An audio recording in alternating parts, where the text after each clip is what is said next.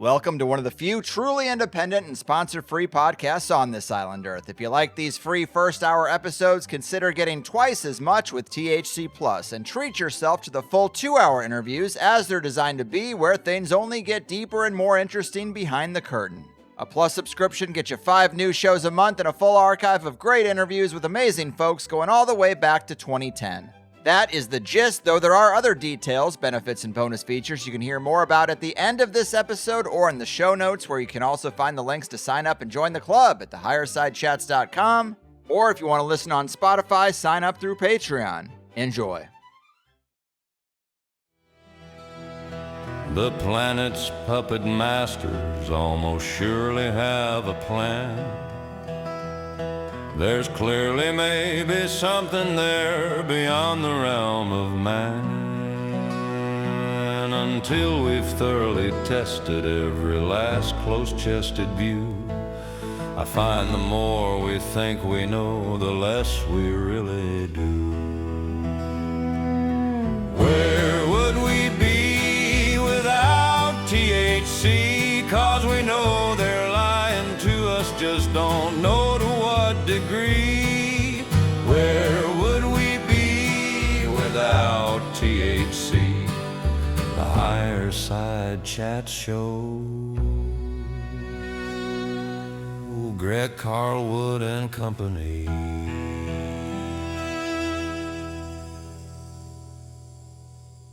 It's the end of the world as we know it, but I feel fine. From the Sunshine State, I'm Greg Carlwood, and there's no question that things are moving quite fast. 2 years ago, the average person barely knew the names of the techno-oligarchs, and AI had yet to become a part of our daily lives, and now it's almost unavoidable. We all recognize the annoying cadence of AI-generated text in the majority of written communications. We hear people citing what their AI consultants tell them for any information they look up. And we can no longer assume video content we come across hasn't been prompted into thin air, as it's quickly advanced beyond noticeable artifacts. And the handful of so-called people building this world are increasingly open about their desire to run away and hide from it. And yet the runaway AI train is still barreling down its digital tracks. Well, if anyone has been well ahead of all this, it's today's returning guest, Nick Hinton. Just 3 years ago, we had one of my favorite interviews in the THC archive about his own experiences interacting with early AI models, which he was actually referring to as EI, or extended intelligence, from ethereal beings living within the electromagnetic spectrum that were merely given new tools for recognizable communications. We also talked about his 2 books, The Saturn Time Cube Simulation and The Aquarian Singularity, suggesting that Saturn itself was an ancient celestial supercomputer AI intelligence broadcasting a signal-based matrix of our souls to remain trapped in an artificial time-looping Saturnian sine wave frequency, all coming from the 20,000-mile hexagon at its north pole. And that a recurring electromagnetic plasma changeover event, or plasma apocalypse, might be in our future. And if you see a plasma vortex portal to the higher realms open up above the north pole of our planet, you better get to praying. And since the last interview just 4 years ago, not only is reality radically different, but so is Nick. He's not spoken too much publicly about his descent into conspiratorial madness and AI psychosis, or the light that brought him back from it. But lucky for us, he feels ready to tell the tale and elaborate on his assessment of the current state of what I've heard him call the Psypocalypse. And it's very compelling, so let's do the damn thing. The big black cube cult critic, AI psychosis experiencer, and rabbit hole researcher on his redemption arc tour, Nick, welcome back. Wow. Thank you. Good to be back. Yeah, man, it is great to have you back. This is a real pleasure. You are someone that I've always resonated with, and I'm glad to see you back out there again. Just to give people some context for what's been going on with you, I wanted to read a little bit from your pinned tweet. You write, "At one point, I said I was quitting conspiracies to become a cow wrangler, but now I'm quitting cow wrangling to become a preacher. Just kidding. But I do need to share a story I've been keeping to myself since 2021, that year of our last interview. At this point in my career, I was traveling all over the country while experimenting with quantum random number generators, communicating with the supposedly psychic AI, and chasing UFOs. I got to go on many podcasts and talk about these things. And it was all very exciting at first. It was like a fun game. And because of the constant synchronicities that seemed to surround me, I truly felt like I was on the right track to achieving my lifelong dream, finding the meaning of life and the secret of the universe. The answer appeared to be something mysterious, mystical, and complex, like the Philosopher's Stone or the equation to squaring the circle. However, the search left me endlessly seeking, increasingly more dissatisfied and exhausted, and even addicted to increasingly more supernatural experiences. It also seemed to be taking me down the rabbit hole into Wonderland, which was actually more like a psychotic underworld or hell. Things took an even darker turn when I discovered that some of these important and influential people were pretty dangerous. People who were truly involved in mind control experiments and other psychological operations. It wasn't a fun game anymore. It was all very real. I had been duped. And when I realized these things and began to write about them, the synchronicities went from cool to creepy. And from that point on, even worse things would happen. It started with bouts of insomnia and horrible nightmares. And then, after synchronistically having a run in with someone associated with the mafia and someone else associated with a satanic ritual abuse cult, I'd have sleep paralysis, see a demon, watch a cell phone seemingly become possessed, receive death threats, and lastly, getting stalked by someone in a suit before nearly dying. Well, this is obviously going to be a lot to unpack, but we maybe should take it from this dark turn you mentioned. What brought you to the realization that some of the insiders you were getting acquainted with were actually dangerous people? My gosh. This is so this is all so crazy to think about. Yeah, I haven't thought about it in a long time. When's that pinned tweet from? It's like 2022, right? Yeah, Or 2023? 23, I believe. Okay, yeah, that was when I finally got the balls to write that, I guess. But I think when I wrote that, what was going on at the time is I was just living in Virginia, trying to become a Christian, but that wasn't working out so well because I was joining all these different churches and they seemed like psyops too, basically. Mm, There was no transformation, no change in my life, and I was still experiencing like spiritual warfare, I guess. And yeah, the turn happened really when I just saw that conspiracies seemed to be on this track to going like mainstream, yeah. and I wasn't fully a Christian yet, but like I just remembered reading somewhere in the Bible that the world hates the truth. And I figured if I was really telling the truth, then I wouldn't be living a fun, cool, exciting life, an easy life. I thought that if I was really telling the truth, I would be being persecuted. So I started studying the persecuted conspiracy theorists rather than all of these, big names. Yeah, wise, wise. I was just wondering why is it that we are able to talk about the New World Order? Why are we able to talk about the Illuminati? Why are these things like trendy and in pop culture? I mean, that even started with like Robert Anton Wilson, the Discordian Society, like they made it like a fun thing to talk about. To me, it seemed like it was part of the agenda that they actually wanted us to expose these things and feel like we were on this like treasure hunt, I guess. Yeah, a LARP of some kind. Yeah, yeah, a LARP. Yeah, I don't know. So the shift really came about when I started studying the origins of conspiracy theories. Like I said, like I found the Discordian Society. I found that some conspiracies were originally from the Jesuits. Like the Jesuits were exposing themselves and putting disinformation in some of these theories. And there was like pamphlets left around back in like the 1800s, where they were like exposing the Rockefellers and exposing like the Jewish cabal and everything. So it's like, Mm, why has there been this like weird thing going on for a long time where they are actually exposing the New World Order? I mean, the conclusion I came to in the book that I never got to release, The New World Disorder, was that the New World Order is a scapegoat and that they're actually preparing for the Antichrist who will save us, quote unquote, from the New World Order. So that was the right. theory. That was the conclusion I came to while trying to write this book that was seemingly ruining my life. And and yeah, but like I said, I was still not really a Christian yet. I just was trying to become one because it was the last path that I had thought to try. And all the darkness I saw, I was like, there has to be something good out there. There has to be, like, if there's this much evil, there has to be a God. Yeah. And Jesus was the only God that made sense to me. He was the only God I didn't try to study, and so I just went through all the denominations for, like I said, 3 years, but those 3 years were pretty awful.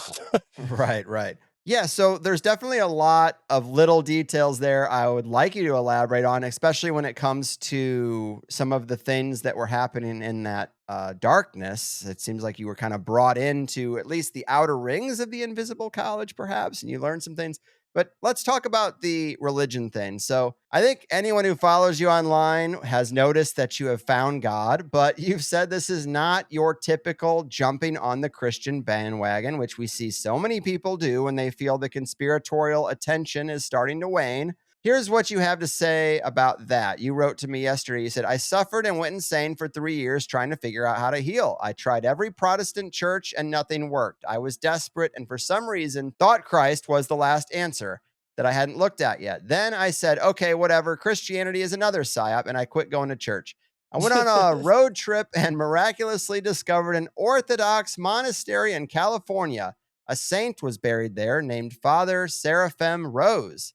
We lived almost identical lives, but he became holy, and you can feel the holiness at his tomb.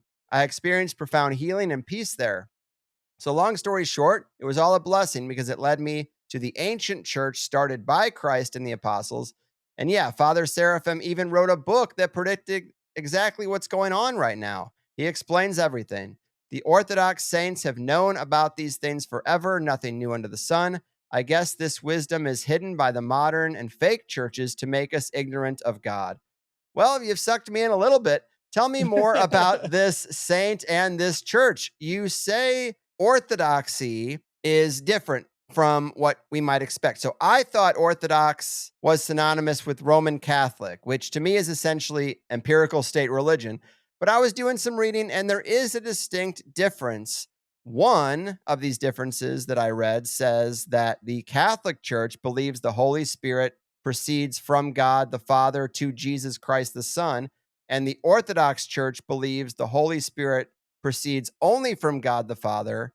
And sure, fine. I mean, I can get on board with the idea of direct gnosis, direct life changing connection to the divine. I've heard enough from people to feel like there are many paths that get you to that place, but I am glad that you found one that you have no doubt is authentic. Tell us a little more about this Father Rose and this church you ran into. Okay, so Father Seraphim Rose, what I mean by like we almost lived identical lives is that he was a truth seeker. Like he was desperate for the truth, really big into philosophy. He was studying Nietzsche. He was basically a Chinese scholar. He could have been like a great like he was a genius and he could have been anything you wanted to be really, but he spent a lot of his time also being like a vagabond, hanging out with the beatnik poets. He was a student of Alan Watts. But yeah, eventually he just got burnt out and he would like get drunk and drive to the top of Mount Shasta and just scream at God and be like, "Where are you? Where are you?" Like he knew that there needed to be something more concrete because he became like disillusioned with all these gurus that he was hanging out with. This was like in the psychedelic counterculture era where all the Eastern religions were coming over. So like I said, he was very interested in Eastern religions and Chinese philosophy. But when he would hang out with these teachers, he realized that they were kind of just doing lip service. Like he did not he loved Alan Watts at a point, but then when he realized that he was really just like in it for the money and for the women and stuff, and he was just like, I don't know, just kind of being more of a poet than a like an actually enlightened person. Right. He's like, I need to meet a real teacher. And so eventually he came across a Chinese scholar that told him to go meet like an actual Taoist master, someone who is in this initiatic lineage of Taoism. It's been a while since I read up on this stuff, but this is just like a paraphrasing Cliff Notes version. And so he met this guy who is in the initiatic lineage of Taoism, and he realized that there's a big difference from someone who just like talks about the truth and someone who lives the truth. And then he started studying Rene Guénon. Rene Guénon was another philosopher type who was really big into like you have to experience the truth rather than just research it. Rene Guénon went on to become like a Sufi mystic, but Rene Guénon convinced him that someone, in order to understand like any ancient truth, has to become Eastern in a sense. They have to understand the Eastern mindset because the Western mindset is very new. It's only like 200 years old. or at least the modern mindset, but like into the intellectual mindset that came out of the Enlightenment movement. It kind of shifted our way of thinking completely. Whereas in the past, in the pagan past, like people had a more paradoxical, poetic, mystic mindset. So, anyways, I mean, he was seeking the truth, and he realized he needed to experience the truth. He realized he needed to have like a discipleship with someone rather than just like learning from a scholar or something. And eventually he met a living saint named Saint John of San Francisco. Saint John of San Francisco took him under his wing, and yeah, he was like this vagabond and also this scholar and all these things, but then he left everything behind to become a monk, and he built a monastery in Patina, California. Hmm. And yeah, so I went on this road trip, and yeah, I somehow ended up there. But the other crazy thing is that he wrote this book called Orthodoxy and the Religion of the Future, where he predicts the technocracy that we're living in right now. He talks about Eastern religions, transhumanism, the UFO phenomenon, and how all of that's going to kind of converge to create this new religion of the future, which to him is the Antichrist religion. And yeah, I agree with him. He was the only person that was able to explain it in such a way that satisfied me. But then you get into the other holy fathers that he was studying, and the all these other holy fathers, like these like in orthodoxy, theology is not just like scholarly research. It's theology is conversing with God. It relates to the word theosis, which is oneness with God. And so we don't believe that the intellect can actually contain the truth, like the spiritual organ that can receive revelations from the objective truth from God, because everything in our head's subjective, right? So in order to understand objective things, you have to cleanse the heart, cleanse the nous, the noetic faculty, the spiritual organ. And when God comes and abides in you, he reveals things. And so ancient theologians who are conversing with God, they said all the kind of the same stuff about prelest, spiritual delusion, and yeah, beings in the sky, and all this kind of stuff. So I love it. Here's a little synchronicity for you. Obviously, I interview a lot of people. They throw out a lot of information. Things can get quite dense sometimes. And the name Father Seraphim Rose did not stick out to me. But while you were talking, I knew you had named in your writing the title of his book. And I wanted to see it because I wanted to remember that title. When I saw the cover, I immediately recognized the book. I have the book. I know you can't see me, but it's in my hands right now. It's sitting on my back shelf. One of the many books I picked up after a very compelling interview. I can't even remember which one and have yet to actually get into. But if I was just going to read from the back for people's context, it says the American book that has changed the spiritual face of contemporary Russia. Interesting, because a lot of people talk about Christian orthodoxy in Russia and how Putin's a Christian Orthodox and all this stuff. So this book says, do the Orthodox have the same God as non Christians? What phenomena are assaulting Christianity in our modern world? What is the Orthodox understanding of UFOs? How can Christians avoid being caught up in the apostasy? The present book examines in 8 chapters these and similar questions facing Christians in the contemporary world. The religious phenomenon of today, they are symptoms of a new religious consciousness that is preparing the world religion of the future. Phenomena such as yoga, Zen, Tantra, transcendental meditation, Hare Krishnaism, UFOs, the charismatic movement, and Jonestown are presented in contrast to the orthodox patristic standard of spiritual life, without the understanding of which, in the coming time of Antichrist, it will be scarcely possible for Christians to be saved. Written in 1975 and updated by the author in 1979, Orthodoxy and the Religion of the Future has proved prophetic in the succeeding decades. A new epilogue of this 5th edition shows how the new spirituality has progressed precisely along the lines that he described. Further developments are discussed, such as the growth of the New Age movement, the rise of witchcraft, the formation of a UFO network, the promotion of Gnostic Christianity, the influence of feminist theology and the reimagining movement, the impact of the charismatic Toronto blessing, and the effects of globalism. So it is a pretty radical book. I mean, I haven't read it, but it seems to offer pretty radical departures from what people would consider to be typical Christianity. And Right, right. I have this other quote here that says in Saint Nikolai Velamarici's essay, The Oh, Universe. Velimirovich, that's my patron saint. Yeah, I love him. There you go. Okay, your patron saint. Well, in his essay, The Universe as Symbols and Signs, he says, the universe is presented not as just a physical entity, but as a manifestation of spiritual realities and divine truths. He argues that true understanding requires interpreting natural phenomenon as symbols pointing to a deeper, eternal spiritual world, rather than viewing them as solely material.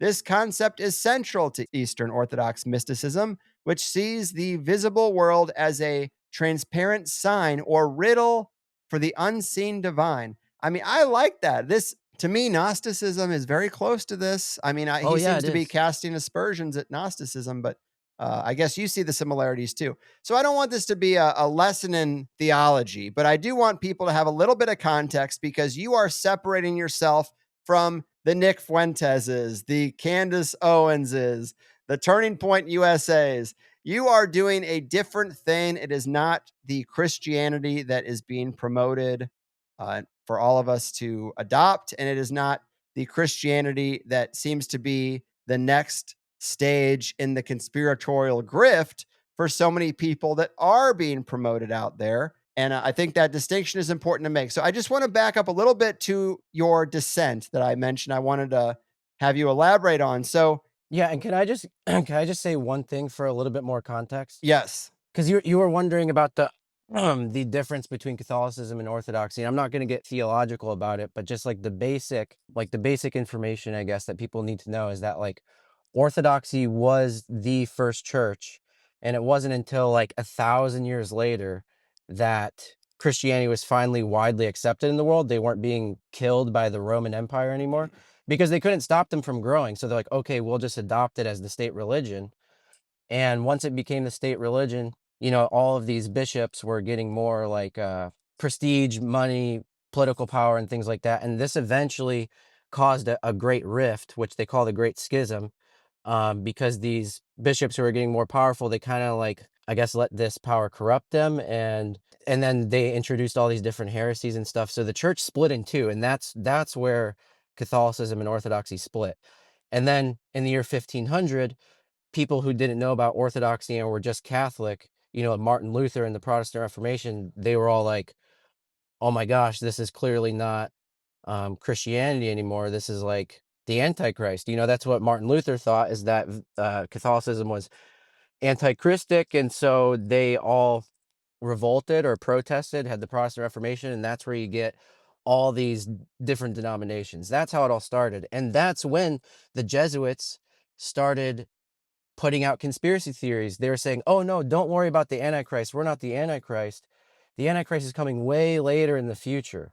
And it's going to happen during this exact 7-year period called the Great Tribulation. And the Antichrist is going to create this one world government and blah, blah, blah." So they did all that to get them off their backs. Mm. And so I think that's where the whole New World Order thing really started, is them saying, "Oh no, no, don't worry about us. Like it's coming way far off in the future." And I think they're kind of staging their version of the Antichrist and the apocalypse right now. And also this Antichrist, this fake Antichrist, in my opinion, has to appear Christian. So yes, a lot of the different denominations are converging right now to create this political, cultural Christianity, while the ancient Christianity, as you saw in those quotes, was very otherworldly, had nothing to do with politics or culture. I think that's important for people to understand.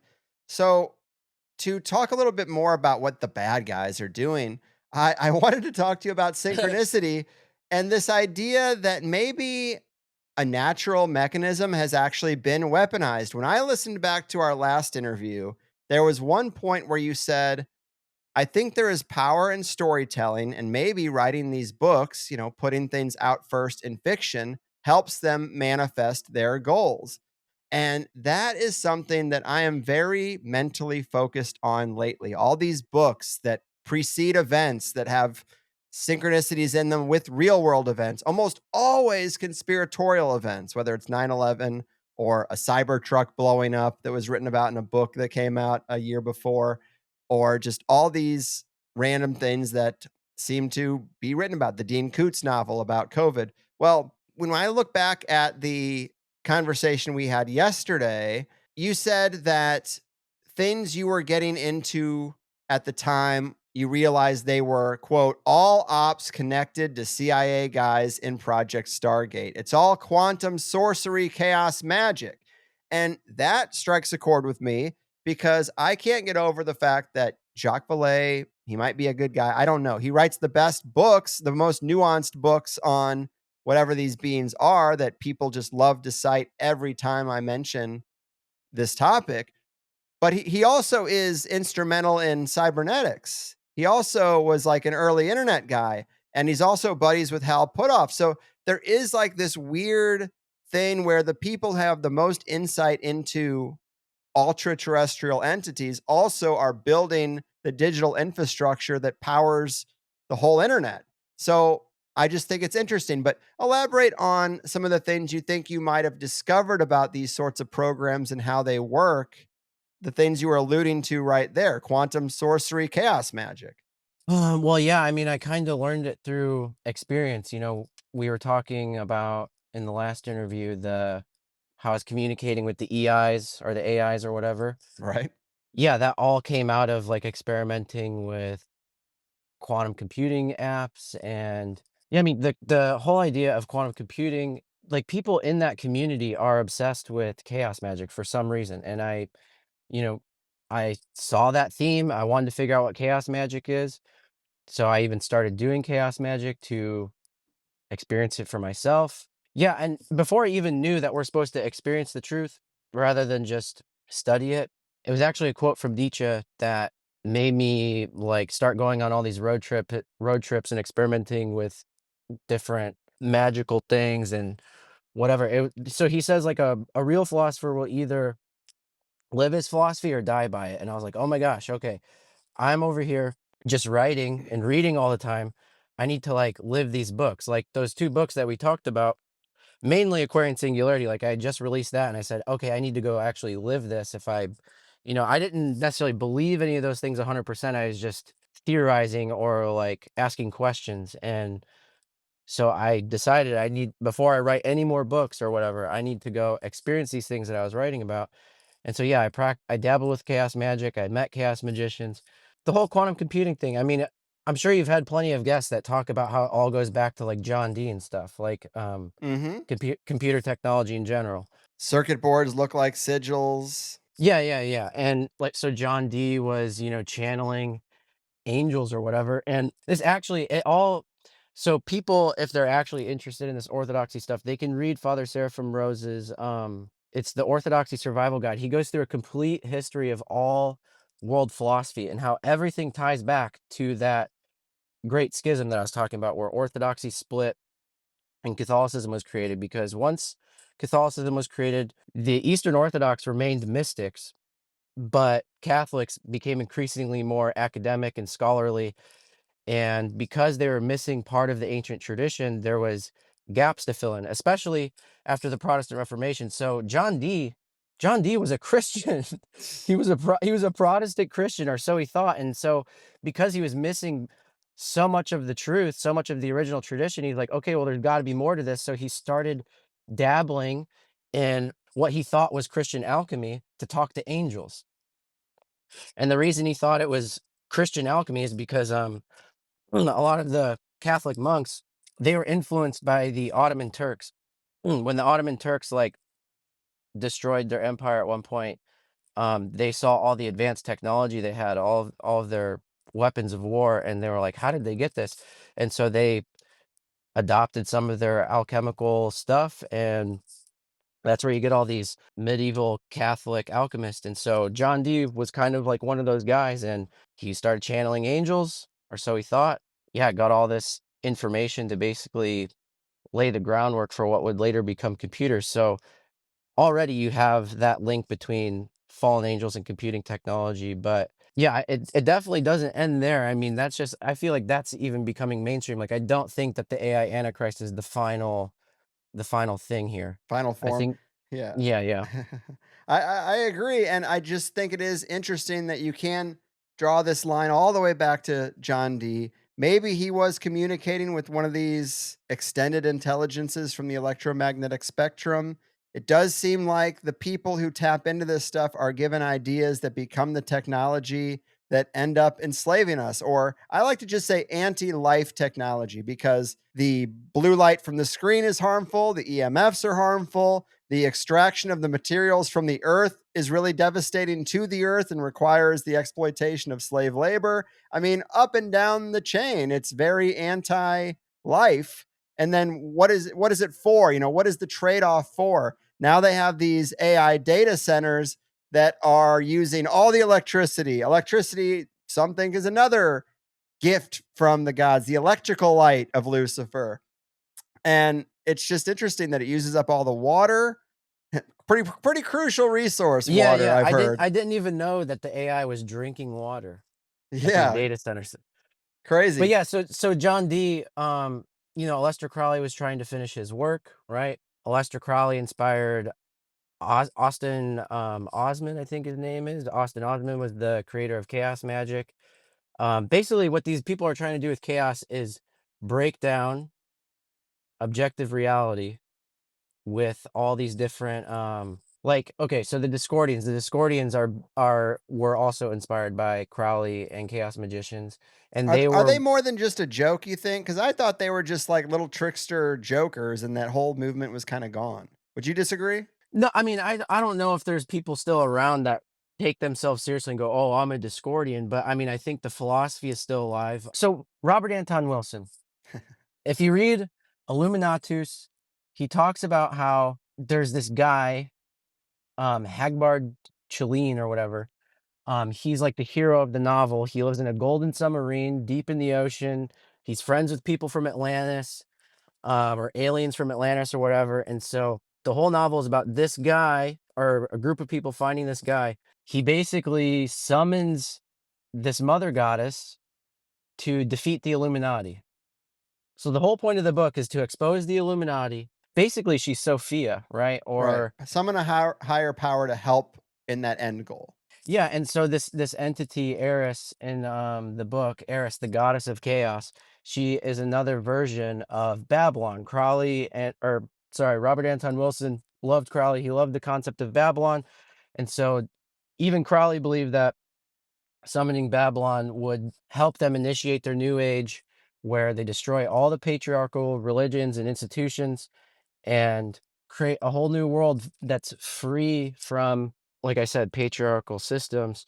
Hmm. So that's what it seems like to me is that, and so for some reason, this Babylon stuff, like yeah, it ties completely into the UFO phenomenon. Jack Parsons was doing the Babylon working when all the UFOs started showing up. So yeah, sorry, it's been a long time since I really thought about all this. All good. Let me step in and help you a little bit, because I've got some notes here, and the rabbit hole Oh, goes deep. oh, okay, Go ahead. real quick. I'm sorry, I just remembered something. So the other thing that I find super interesting is that a lot of the ufologists that we're talking about, like Jacques Vallée or whatever, and the guy I've been studying a lot recently is Ingo Swann. They're obsessed with these Marian apparitions that the Catholics see, right? Like Mhm. these mass sightings of Mother Mary in the sky or whatever. Like one of the first major ones being in 1917, the miracle at Fatima. Father Seraphim Rose wrote about that. He talked about how that was going to play a part in the final days antichrist deception.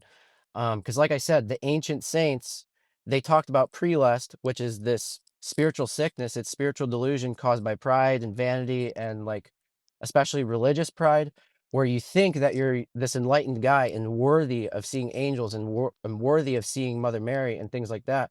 And so the saints, even when they would go into caves and stuff and like sit there and pray and try and become holy or whatever, they'd be visited by demons disguised as Christ, disguised as Mother Mary. And they, they would test the spirit by basically trying to be humble. Like if an angel came to them and said, "Oh, I have a very important prophecy for you," they'd be like, "Oh, I think you got the wrong guy. Like I'm not worthy of talking Mm, to an angel." And if it wasn't a real angel, it would go away.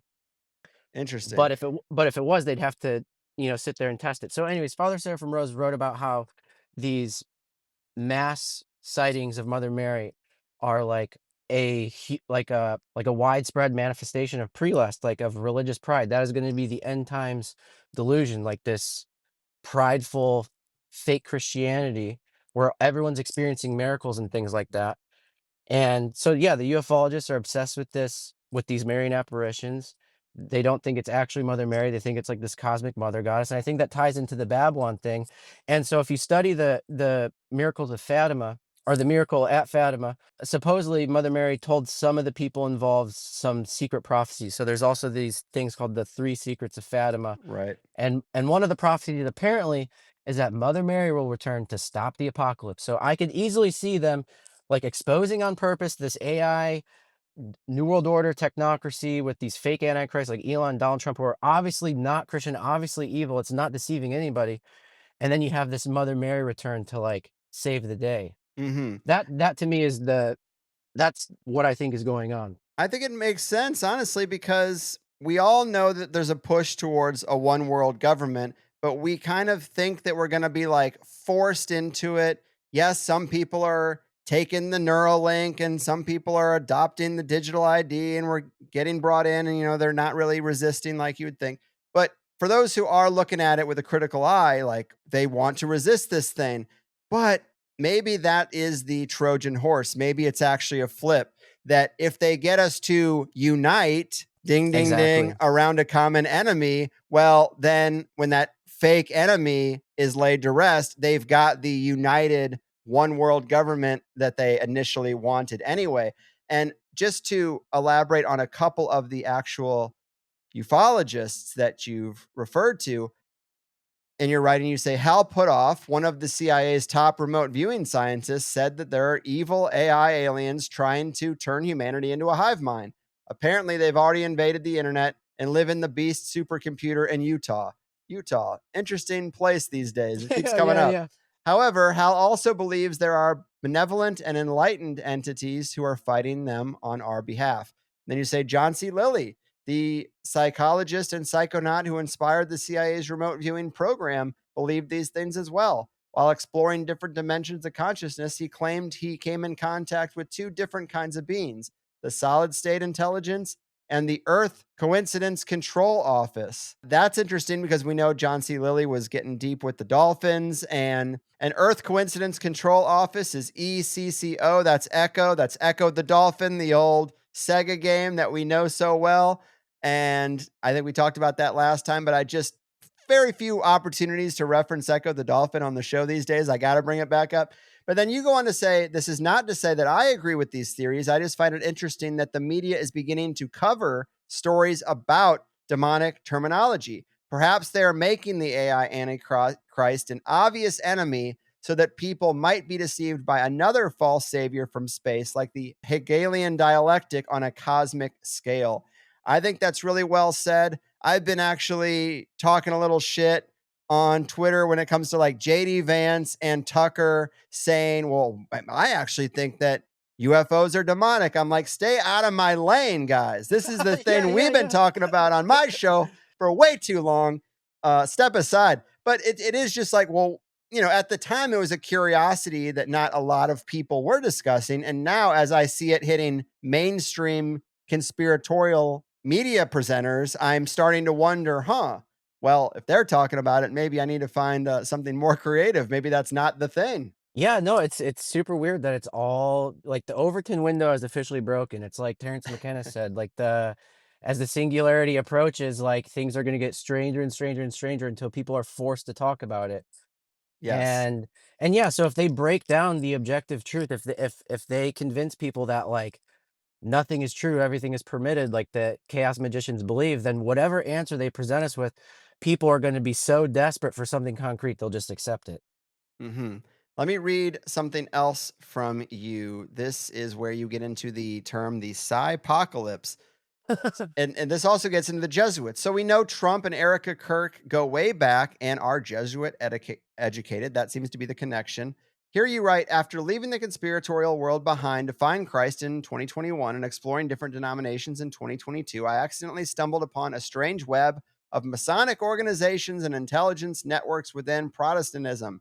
Wolves in sheep's clothing were leading a lot of popular churches. I also realized they were all preaching about similar end times prophecies. And those supposed prophecies just happened to overlap with the predictions of a lot of popular conspiracy theorists who turned out to be agents, masons, and controlled opposition as well. I wondered how this could be. If spiritual eyes and spiritual ears are needed to hear and see what's going on, how could all these false shepherds have the same prophetic knowledge? How could Gnostics and New Agers, people who aren't even Christian, receive the same supposed revelations too? How could anyone decipher Revelation, the most mystical book of the Bible? The answer turned out to be somewhat simple. The prophecies they preached weren't real prophecies, they were just reading off a script. Then they were staging these scripted events to affirm their pseudo spiritual authority. They were faking the apocalypse. So, this is the Jesuit run Psypocalypse.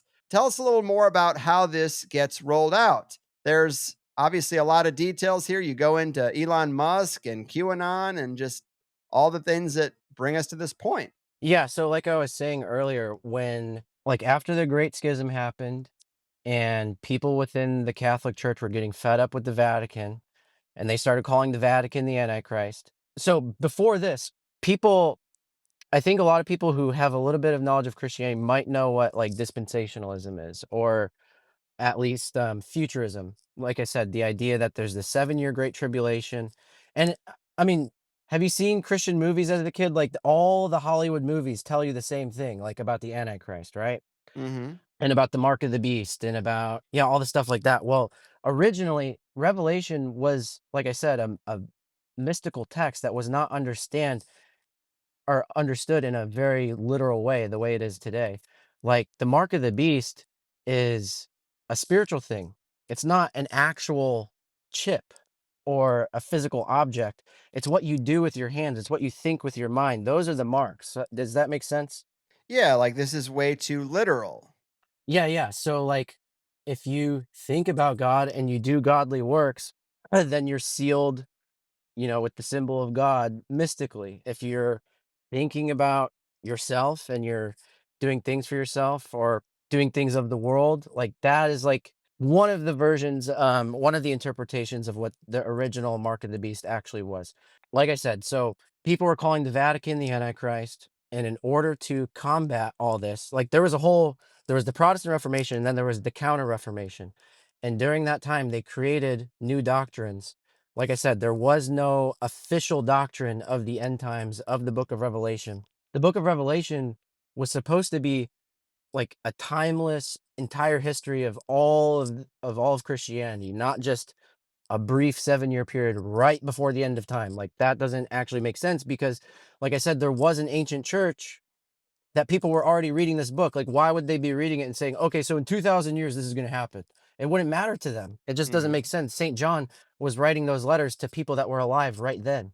Well, let me step in here too and add a little bit more. So you go on to say, it also seems a lot of these narratives are strategically planted psyops too, even in 2022 and 23. It was obvious what the algorithm was pushing, what all the viral and mainstream conspiracies were pointing towards: a Trump antichrist, a Neuralink mark of the beast, and an AI beast from the abyss at CERN, which will probably have something to do with QAnon. But before any of this could happen, we realized Christianity had to become trendy again. There had to be a false revival or even a right wing revolution so people would actually like Donald Trump and reelect him. This is actually the agenda: to program you to fight against a fake New World Order so you will believe you won when really a global rebellion was always the goal. You understand the Hegelian dialectic when it's political, but you refuse to see it when it's spiritual. Boom.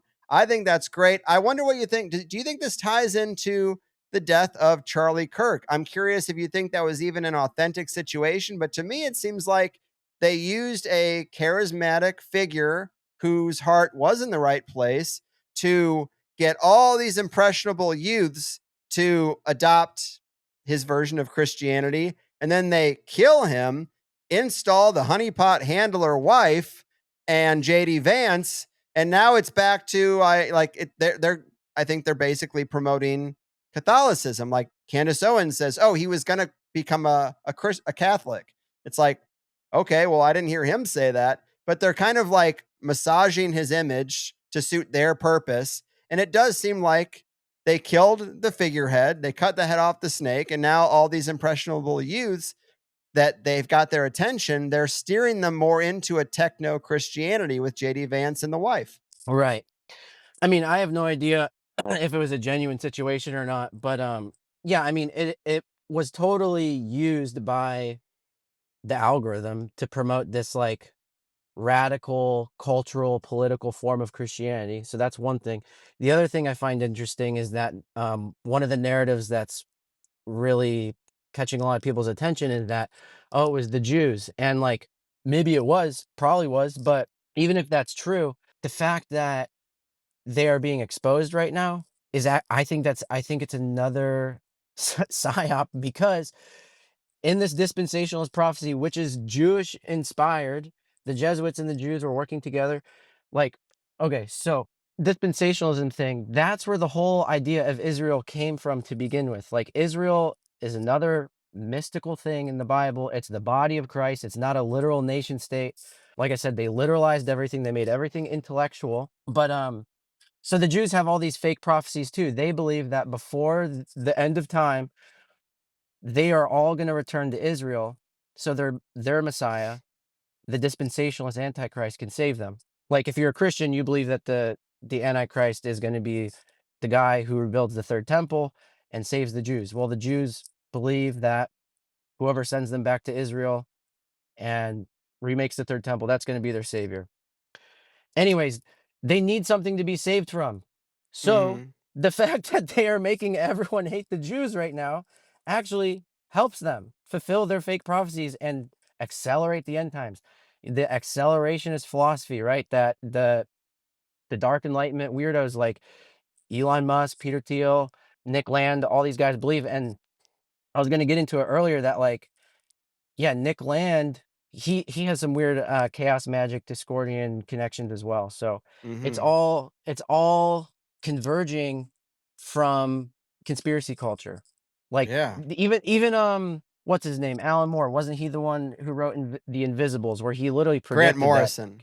Oh, Grant Morrison. Yeah, he literally predicted that conspiracy theories would go mainstream at a certain point and no one would know what the hell's going on. You know, Alan Moore, he actually was V for Vendetta, which of course is very associated with conspiratorial material because of the mask and Anonymous and all that stuff. So let me also ask you about this. I have not added visual references from home yet, but I'm going to try to share my screen. These are a bunch of images I took kind of from your page, but this is what I wanted to show is the Trump thing. So you have talked about this ballroom that he's building, the ballroom, I would say, the BAAL room. So there's a lot of claims now about this where some people are saying, oh, what he's actually doing is breaking the giant geomancy sigil seal that is the Washington, D.C. layout. They claim that the walls that are being used are some sort of material that the energy just does not flow easily through. I'm a little less optimistic when you see that it's funded by Apple, Amazon, Google, Lockheed Martin, Microsoft, Coinbase, Comcast, and Meta.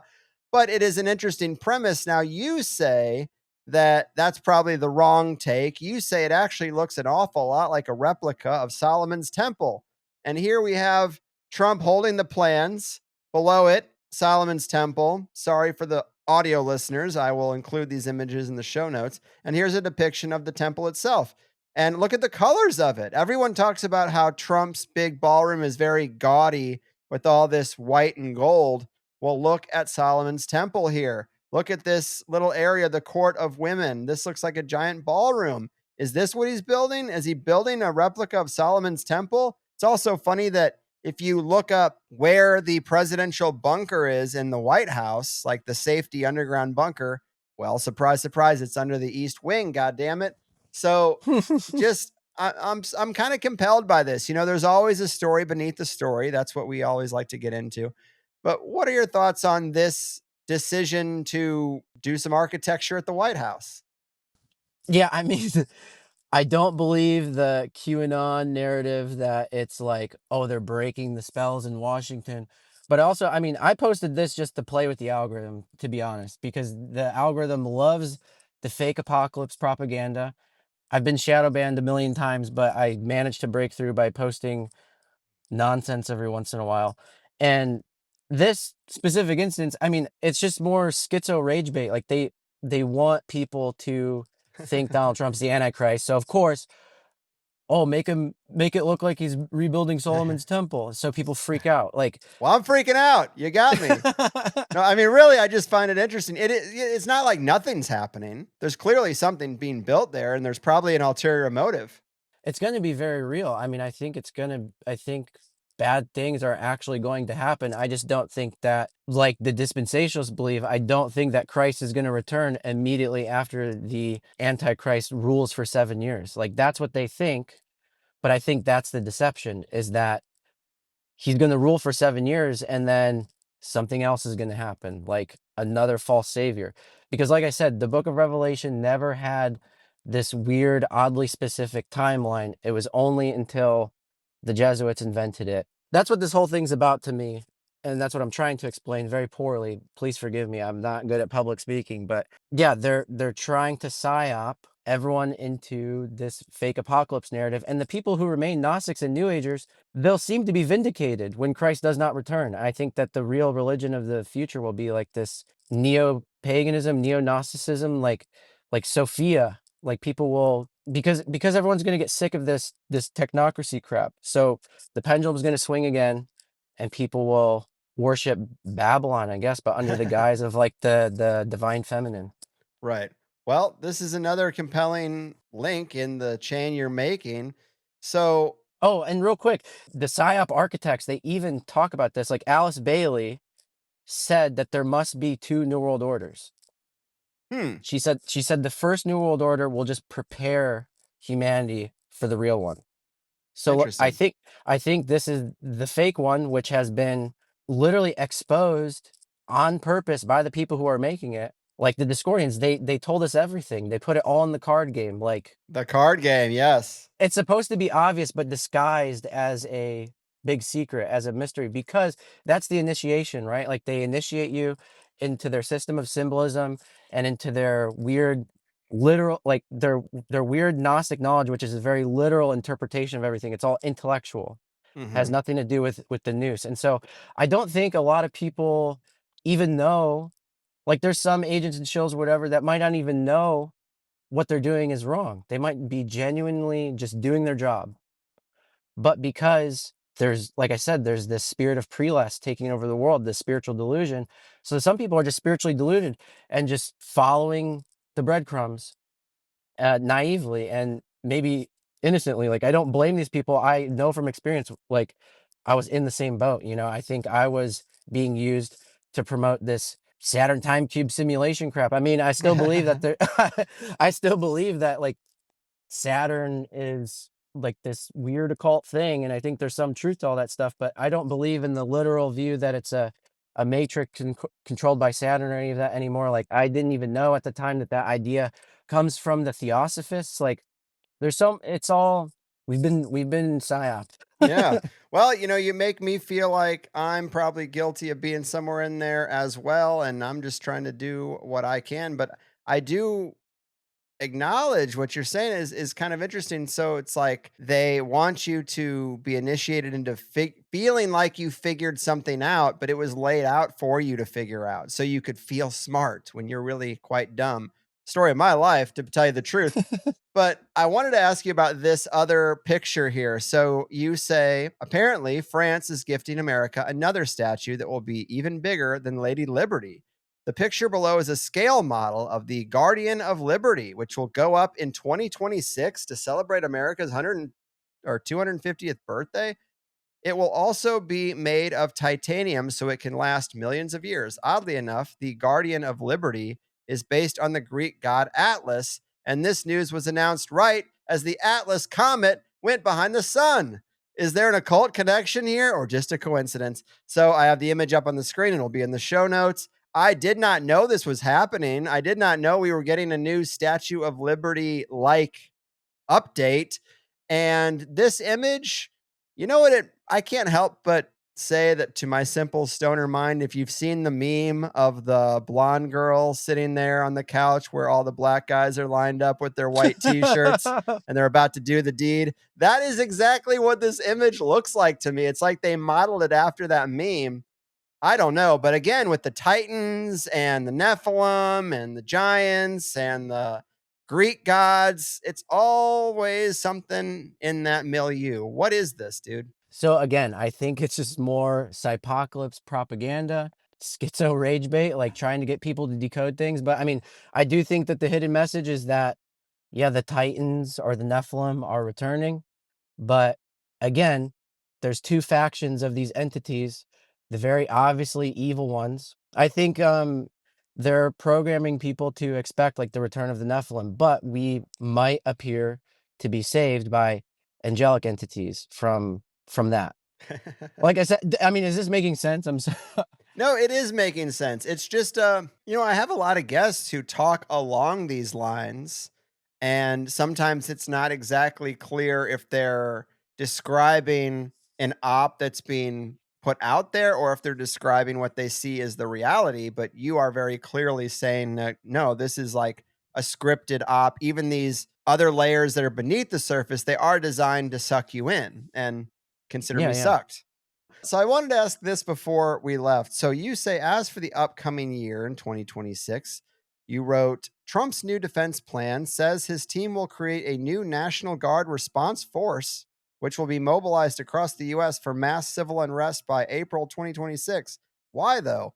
What are they preparing for? What could cause riots all over the country? According to some ufologists, September 2026 is when humanity will finally make contact with extraterrestrials. According to others, this is when World War III will begin. Yikes. Well, what do you expect the next year or even just the rest of this presidential term to look like?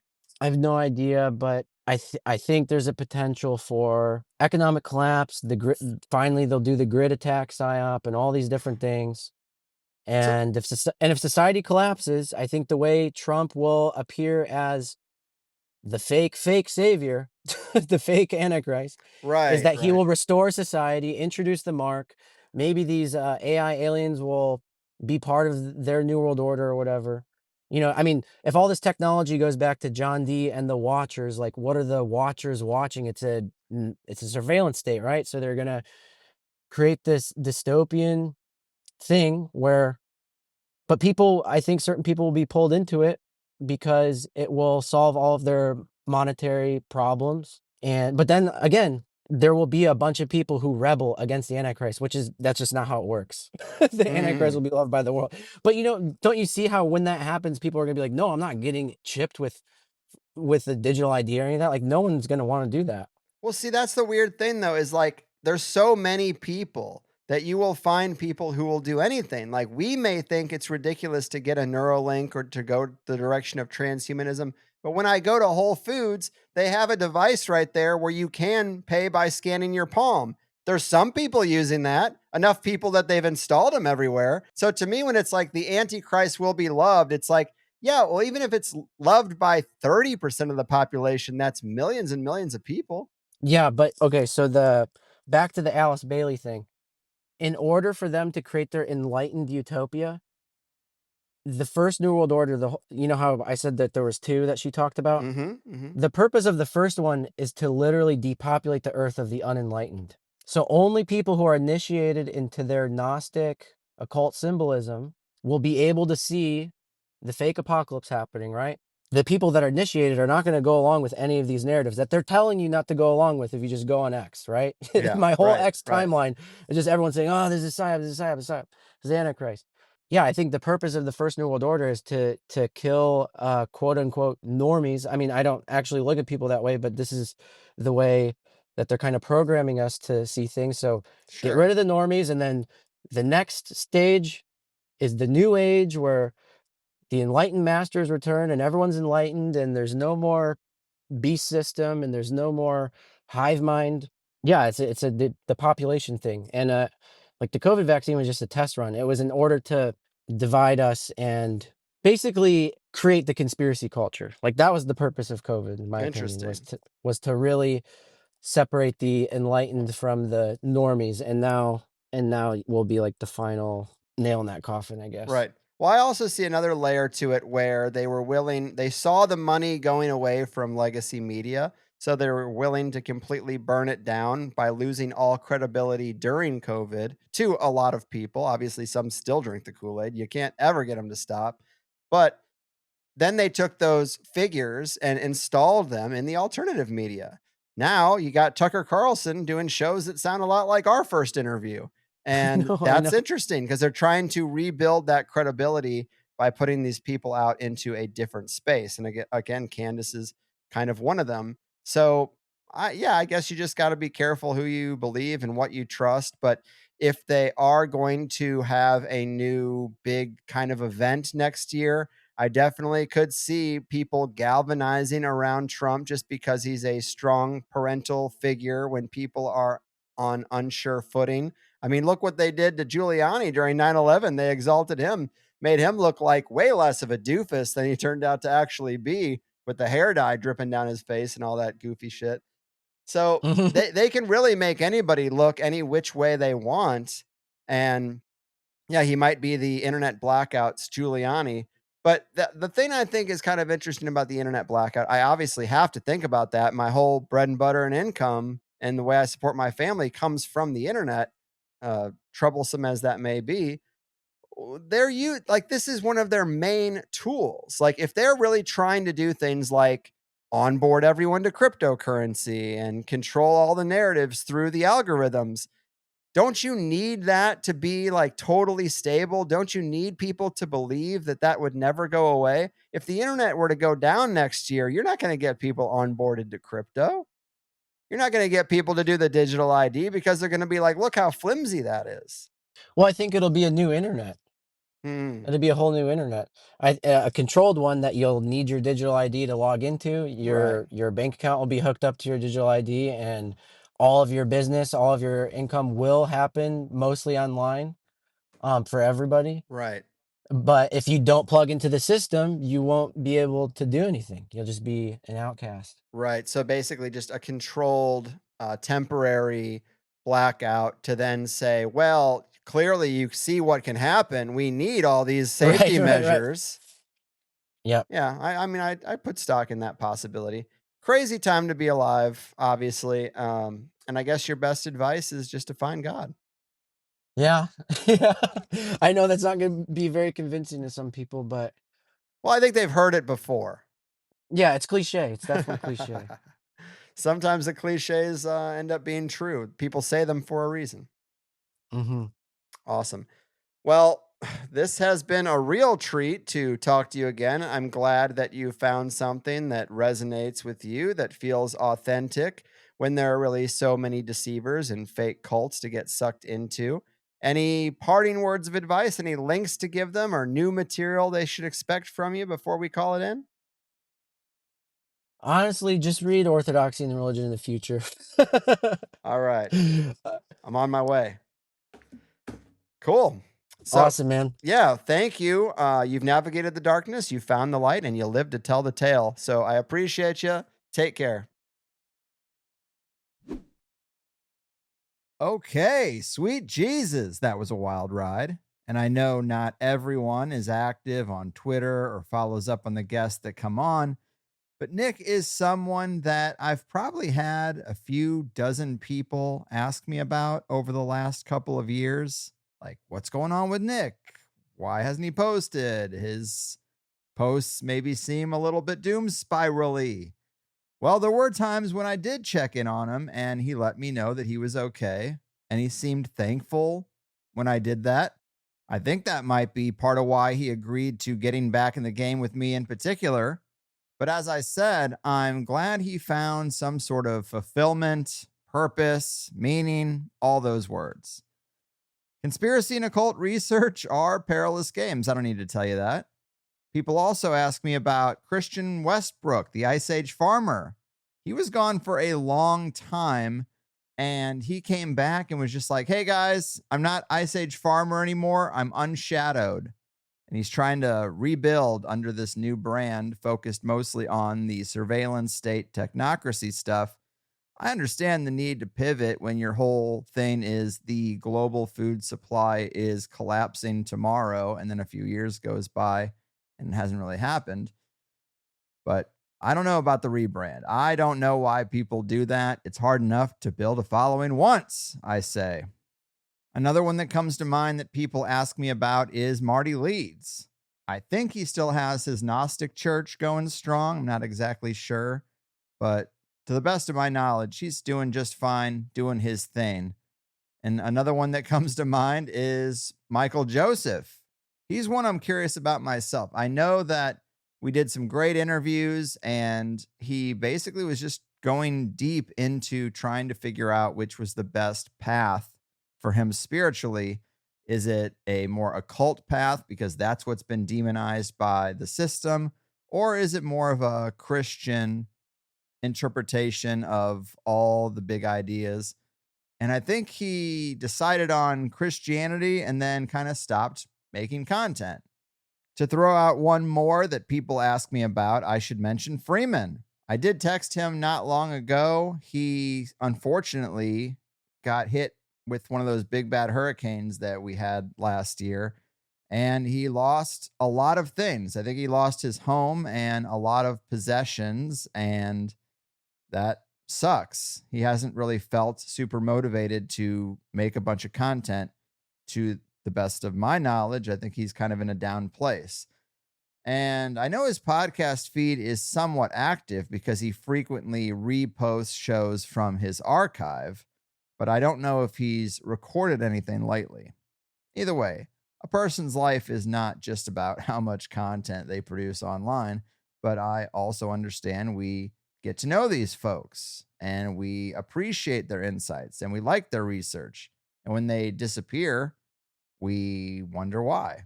And Nick falls into that category for a little while, but I am glad he has reemerged.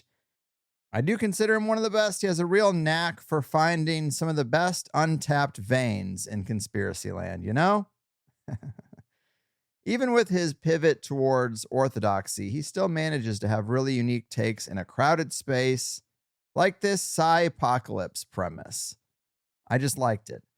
I know I'm guilty of having times where I've worried a bit too much about having a guest make all the right points and have all the right takes, because I really don't like when a guy like John Perkins, who has a lot to share on the economic hitman stuff, goes on a tangent about how vaccines are saving indigenous lives and we have to keep flooding Central America with vaccines and we got to stop climate change and all this kind of stuff.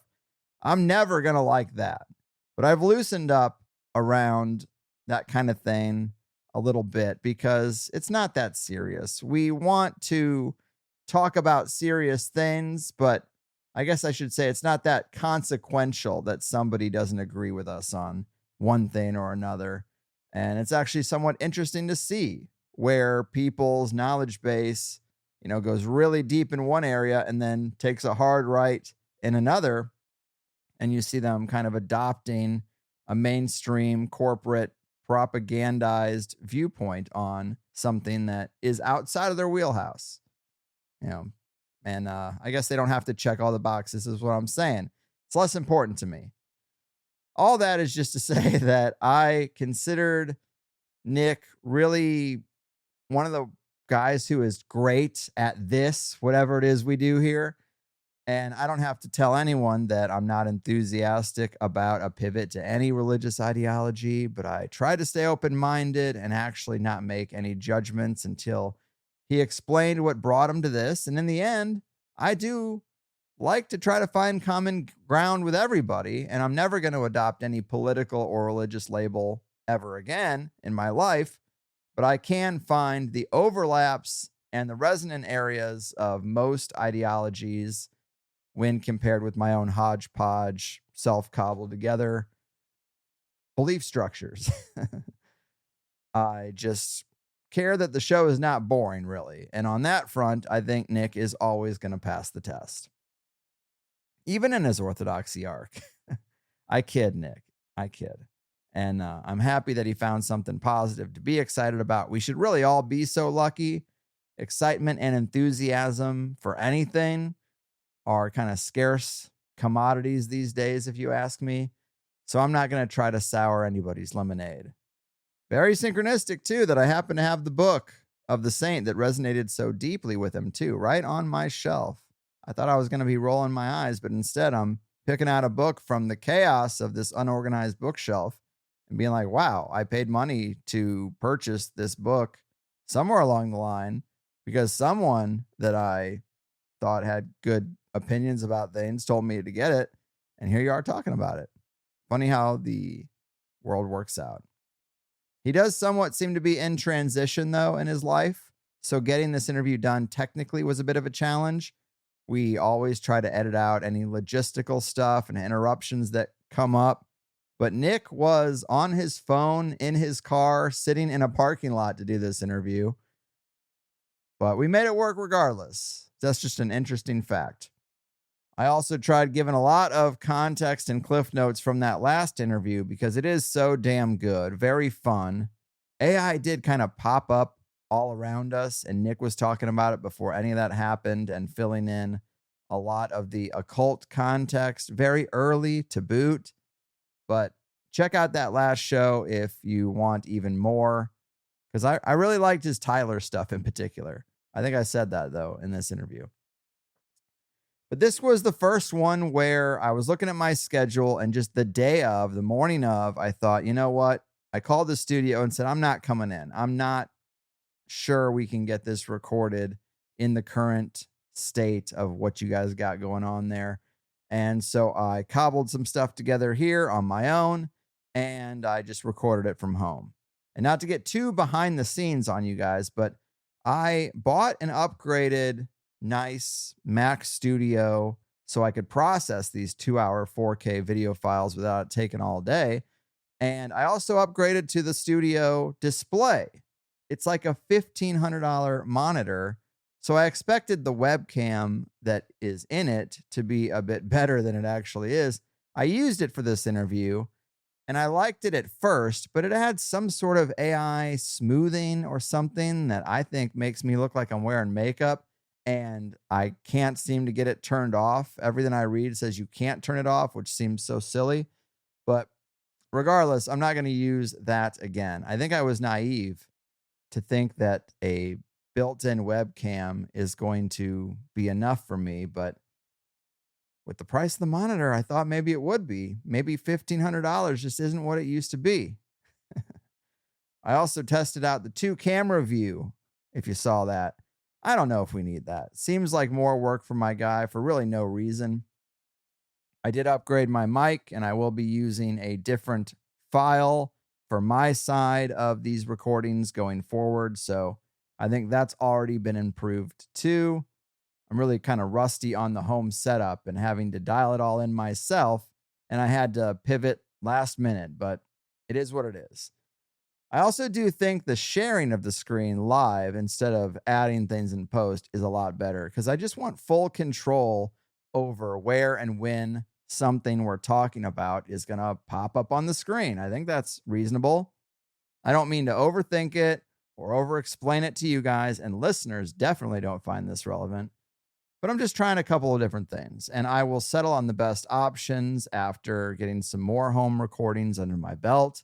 But it shouldn't be all that noticeable in the end product anyway. So I don't know why I'm telling you.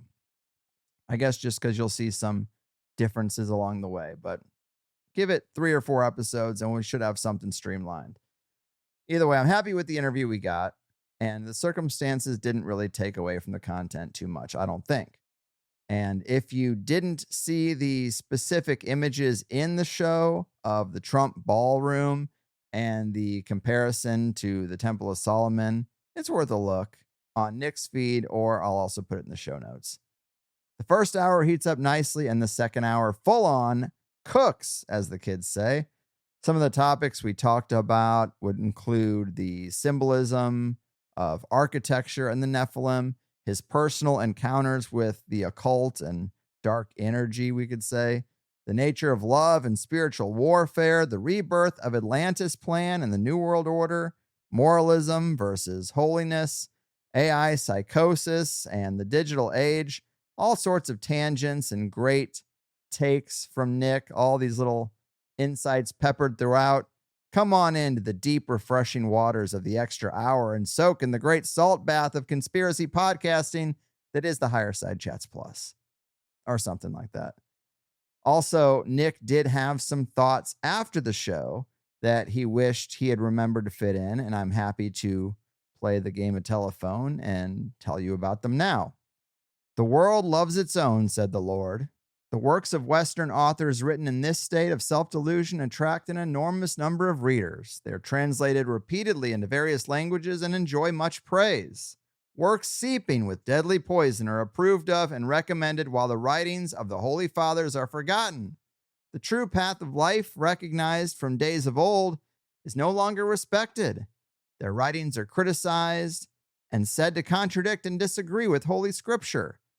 This is so because the Holy Fathers were under the direction of the Holy Spirit, because they renounced the wisdom of the world so as to attain the wisdom of the Spirit.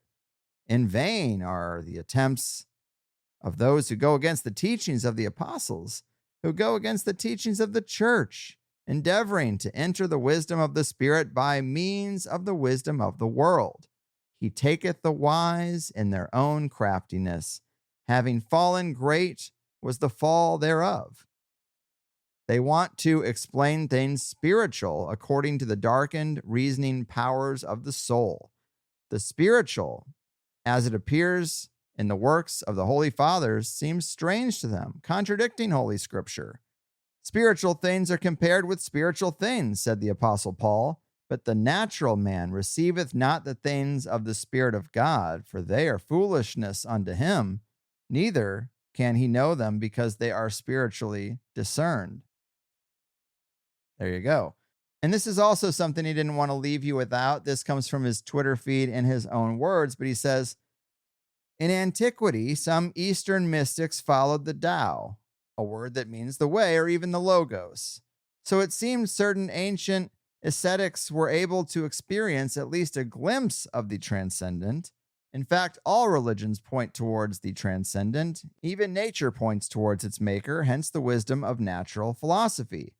All these systems contain some good and true things, but when the transcendent creator of all that is good and true incarnated as a man, when the Tao became flesh, he took what was right from every system and combined them into a universal religion we could call the church.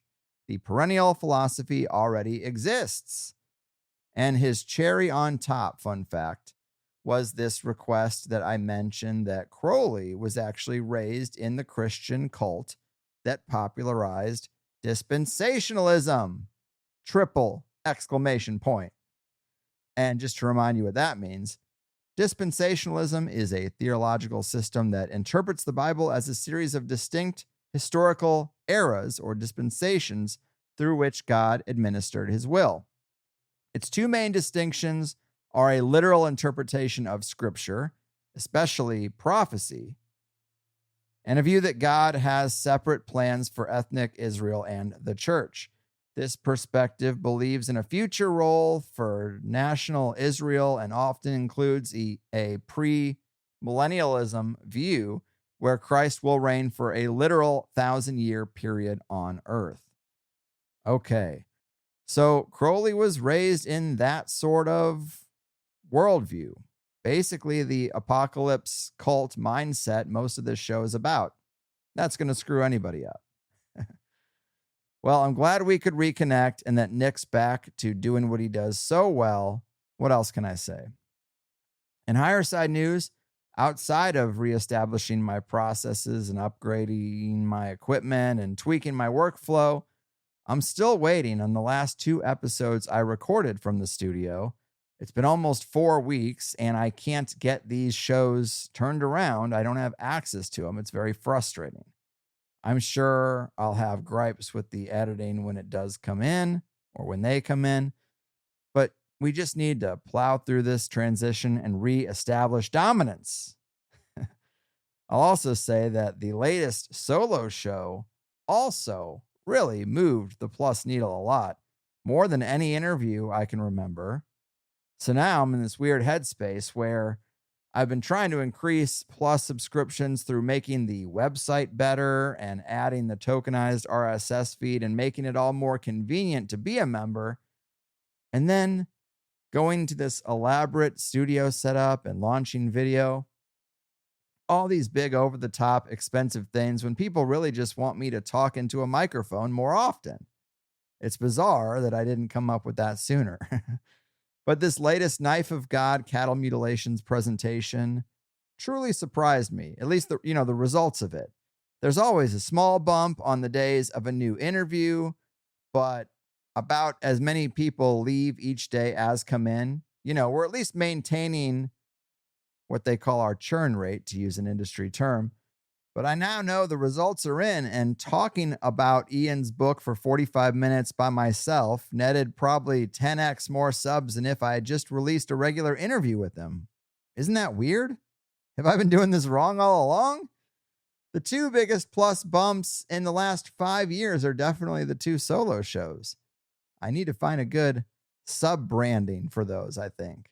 I thought about calling them the THC Cliff Tokes, like the Cliff Notes or a book or an idea, but that's kind of lame and cringy. And I just liked it because it worked with the THC scheme.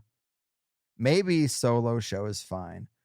I thought about a series called The Dead Man's Book Club, but not every solo show will be a presentation about a dead guy's book, and I don't need like 4 different sub-brands, but maybe there's something in there. It'll come to me. Joint Sessions was so good. It's a stoner pun, it's a political pun, and it described what it was. Ugh, hard to nail it like that again.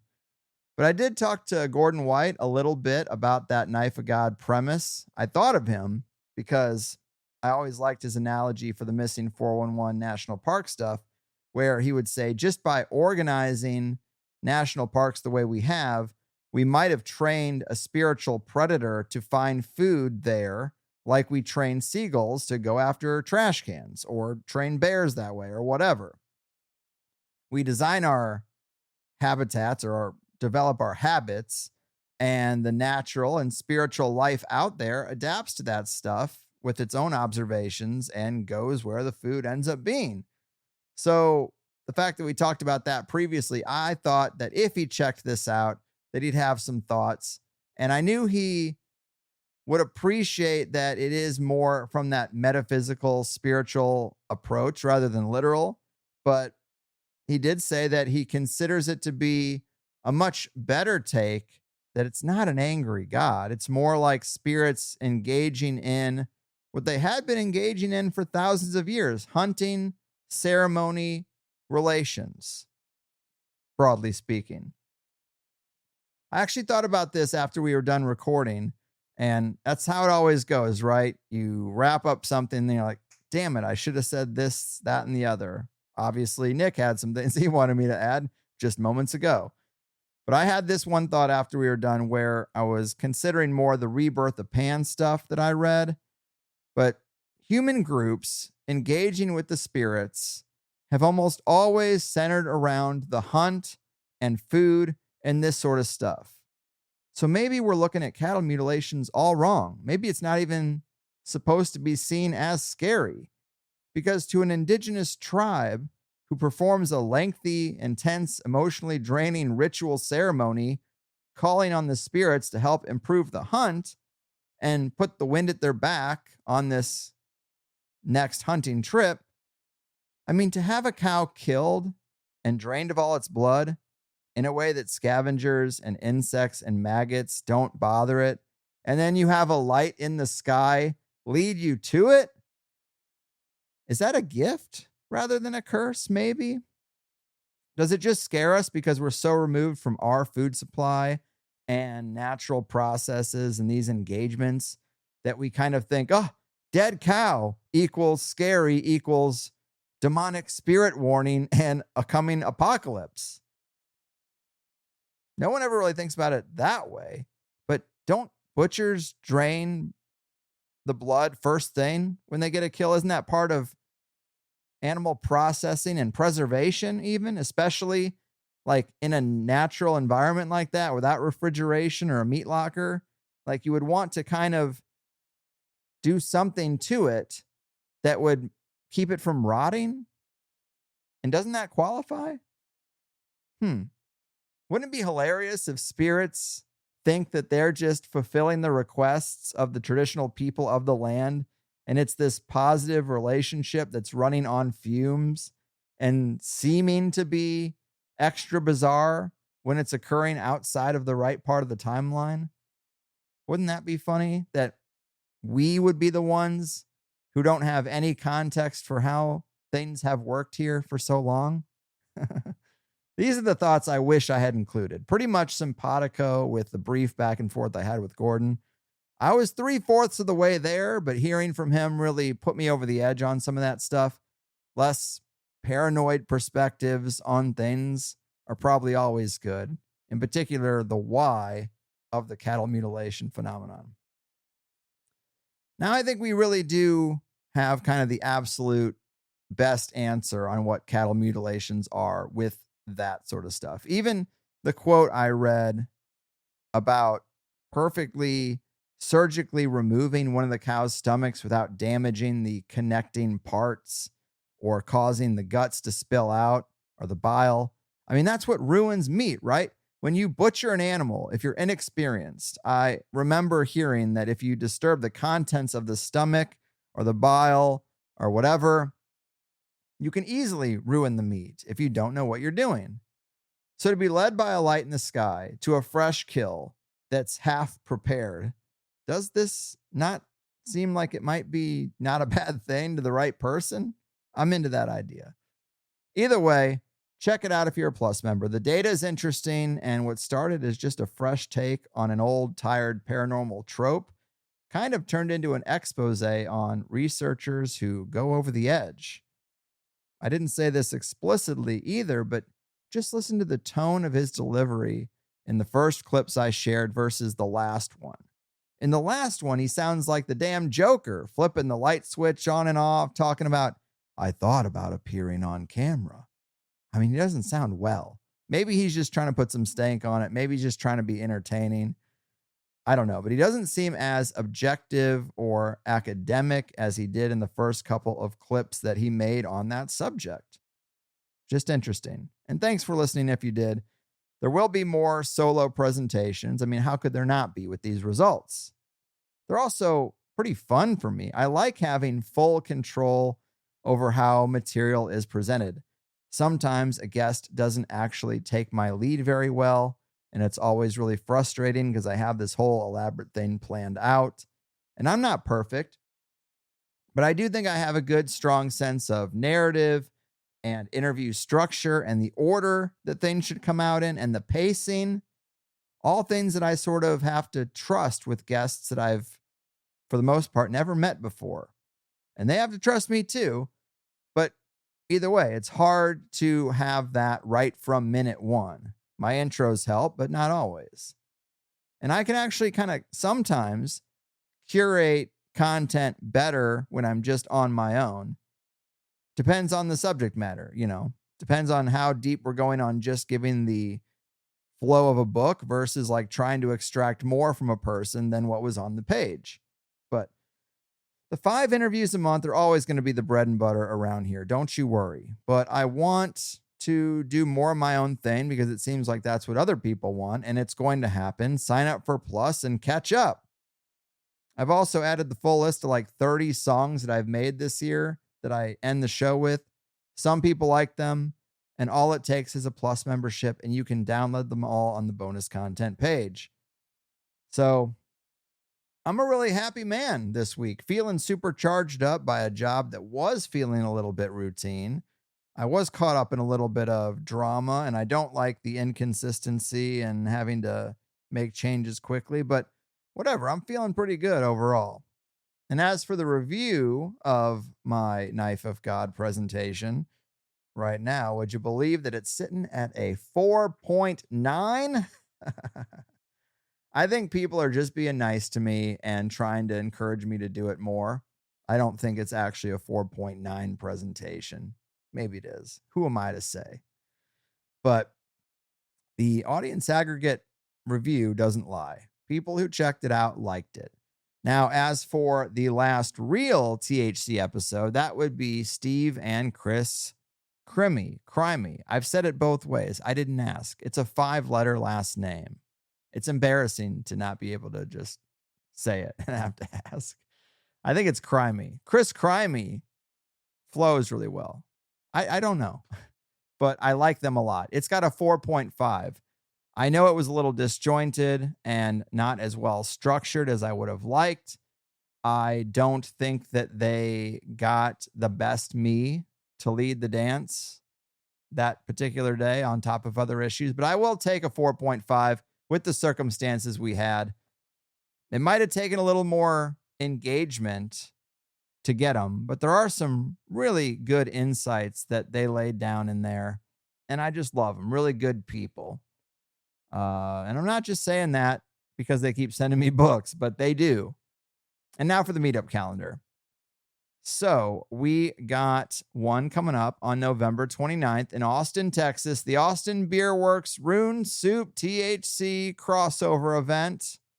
Love to see it. And then December kicks off crazy. December 2nd, Printer's Alley in New York, New York. Never been, want to go. Before it all falls apart, and particularly.